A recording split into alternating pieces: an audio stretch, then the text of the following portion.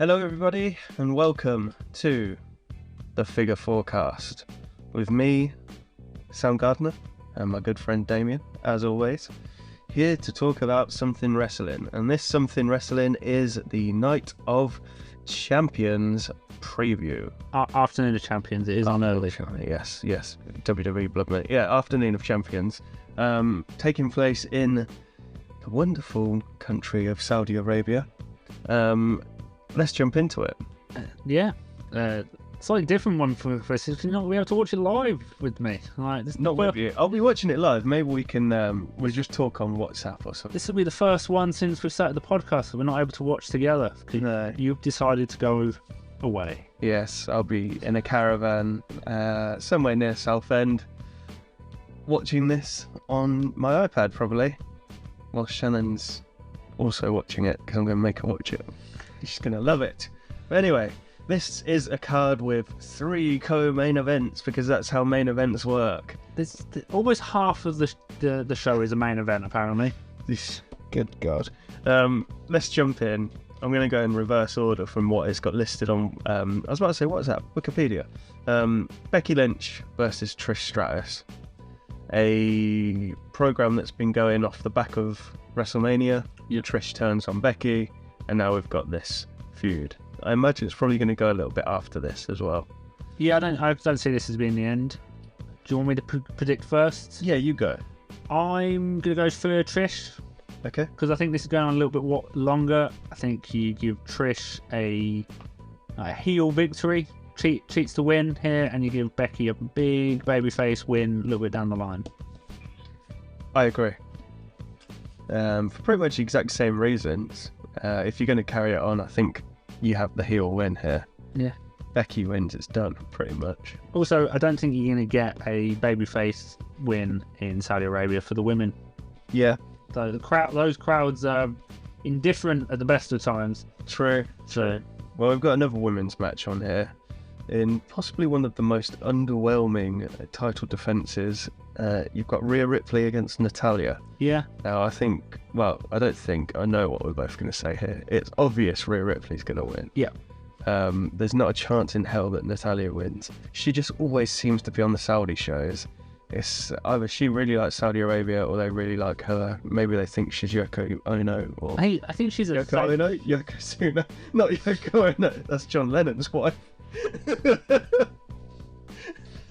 Maybe I do think she's Yoko Ono. She's a safe pick, I think, for one of these shows. She's the worst safe pairs of hands I've ever seen because she can't even do a sharpshooter properly, and that's meant to be a signature move. But anyway, can we move on from this match? Yeah, it's just one of those gap fillers, isn't it? You're not going to get like I said with Becky Trish, you're not going to get a big reaction for the women's matches. No. So there isn't a huge point of building like a really big one. Hopefully we get a nice one for Money in the Bank. Yeah. And this is just a one-stop shop. Let's just hope that the crowd aren't complete twats and throw rubbish at Natalya like they did that one time. We've got a third women's match on this card. And this one is possibly a little tighter. And a bit harder to predict. So it's I've got to get this right because it's really confusing with the championships. So it's the Raw Women's Champion Bianca Belair, who's on SmackDown, against Asuka, who's also on SmackDown. Yeah, they've got to change those names soon for those titles. They've got to do something. It feels like they don't know what they're doing. No, the title situation is a little bit of a mess at the minute. They're fixing one part of it with this show, and hopefully they fix the other parts of it down the line. There's 3 title groups sort of that need to be fixed. Both the women's titles and the tag titles need to be changed up slightly. Hopefully we see that in the coming weeks because it is very confusing about that the Raw Women's Champion is on SmackDown and the SmackDown Women's Champion is on Raw. Yeah, strange. This is obviously a WrestleMania rematch. Asuka has gone heel since losing at WrestleMania. And she's got this new mist, this experimental mist. Chili mist. And yeah, it includes chili. And blinded Bianca Belair the other week with a very interesting sell. Yeah, I don't know if the fact that I put chili in the mist was a was a story point after Bianca Belair sold it like she'd been I feel like it was. sprayed with actual acid, or if that was the plan all along. Doesn't really matter either way. I found it quite entertaining as a little silly wrestling bit. Yeah. In terms of predictions for this one, I think I've got to go Bianca for the exact same reasons I said at Mania. Asuka's just not there. It's not Asuka of old.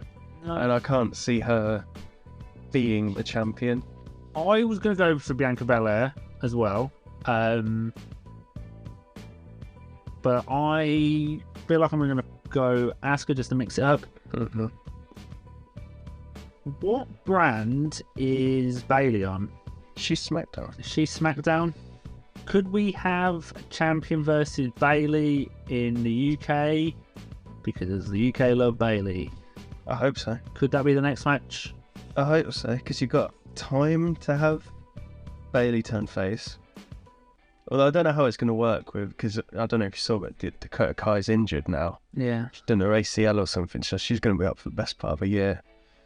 I don't know, but you could do.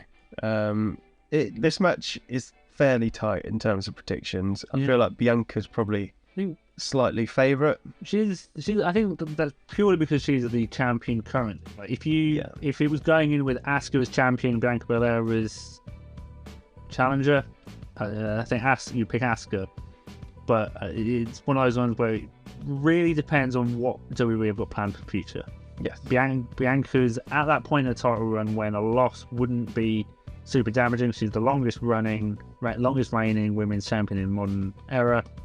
So from here on out, any match could be the match she loses it without really affecting her stance within the company. So maybe maybe Saturday will be the night. Maybe. Intercontinental Championship match. Mustafa Ali against Gunther. I'll let you predict first. Do you think there could be a shock here? It'd be a massive shock if there was one. Could be a shock here.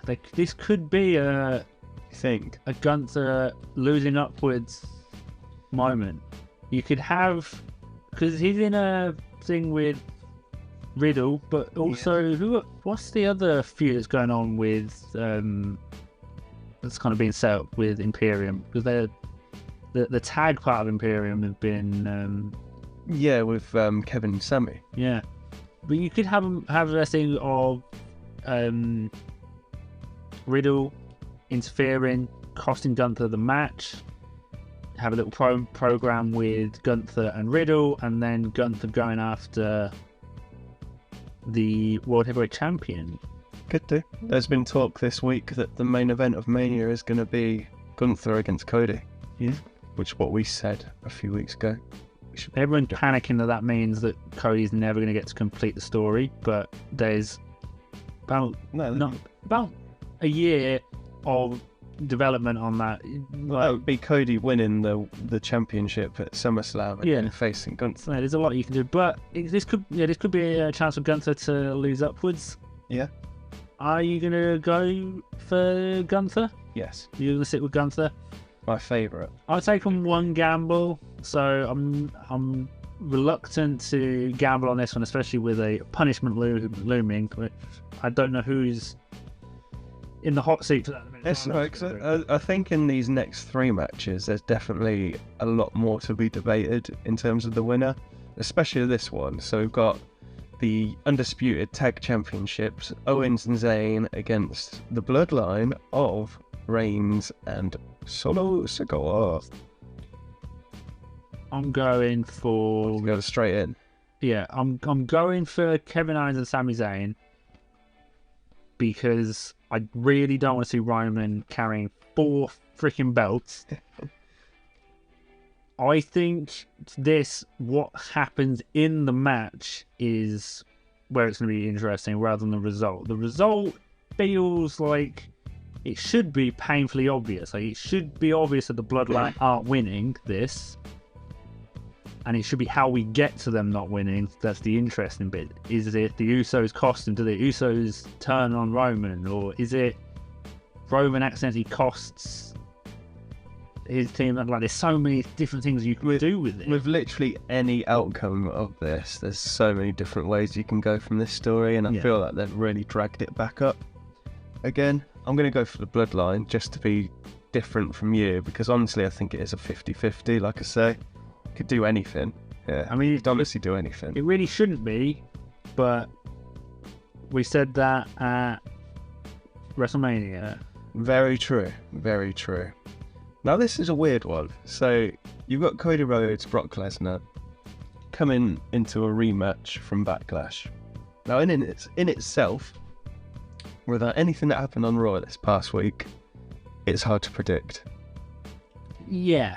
But what happened on Raw just has really thrown a spanner into the works. So Cody Rhodes has got a broken arm. Yep.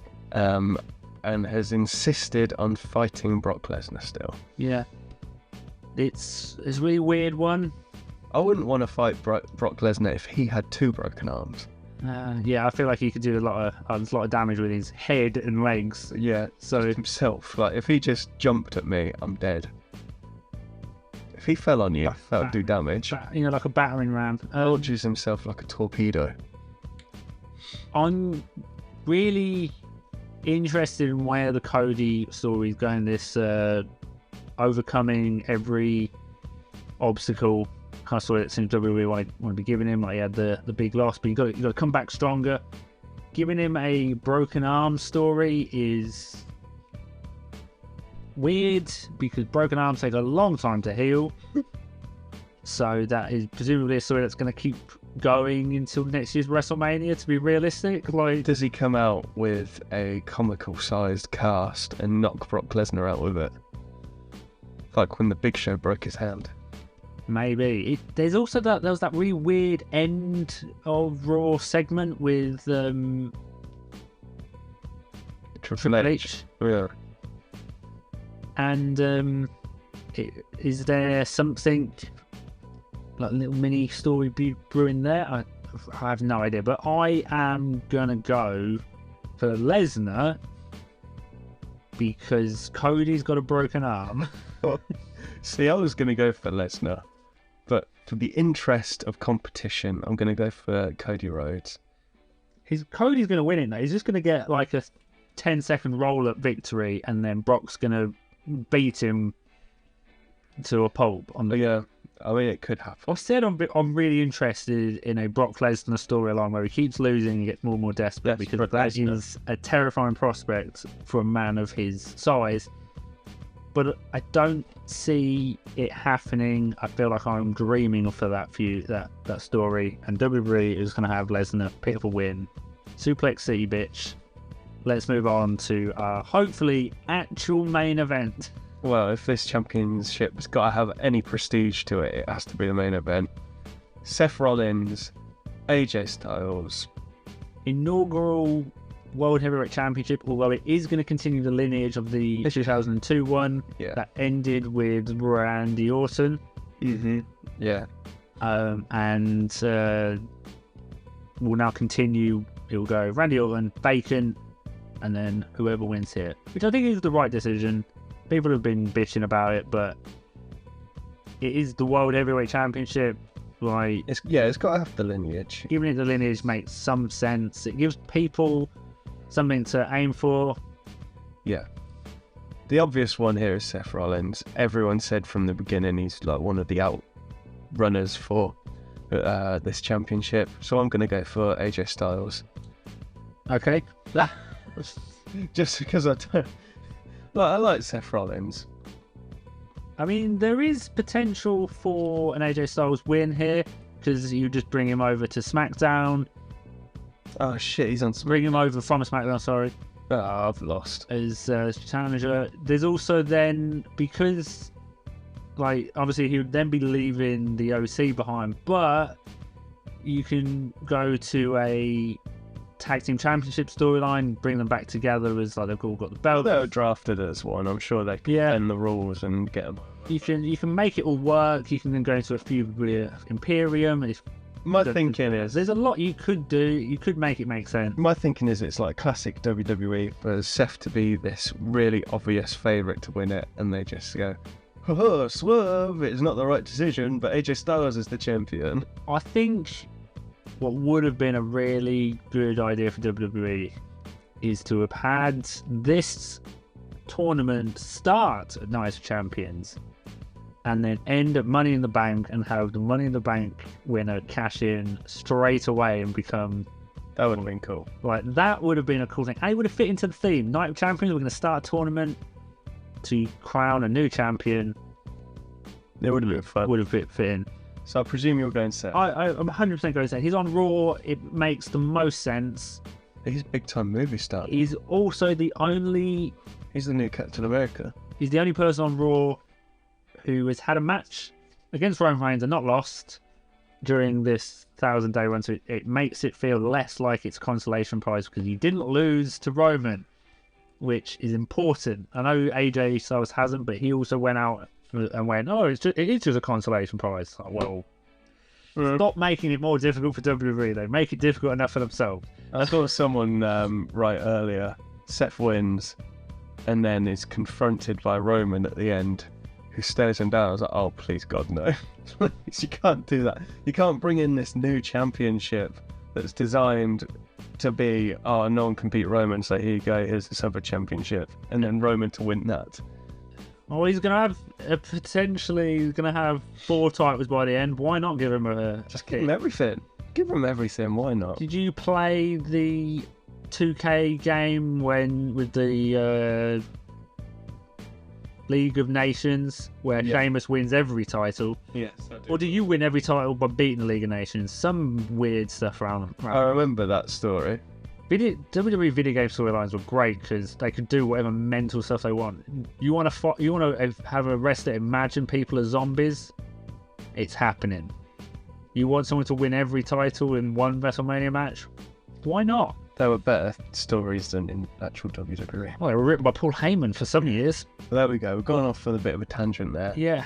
So that is our Night of Champions, afternoon of champions. If you are listening, preview, predictions. If you are listening to this on Friday or Saturday morning, this is your chance to remember that Night of Champions is not on in the middle of the night this time. 6 p.m. UK time. Yeah. GMT, BST, bruh, bruh, bruh. So don't miss it, or, well, maybe you might want to miss it because it's Saudi Arabia. That's your choice. Till next time, we've been the Figure Forecast. Next time. That's all, folks.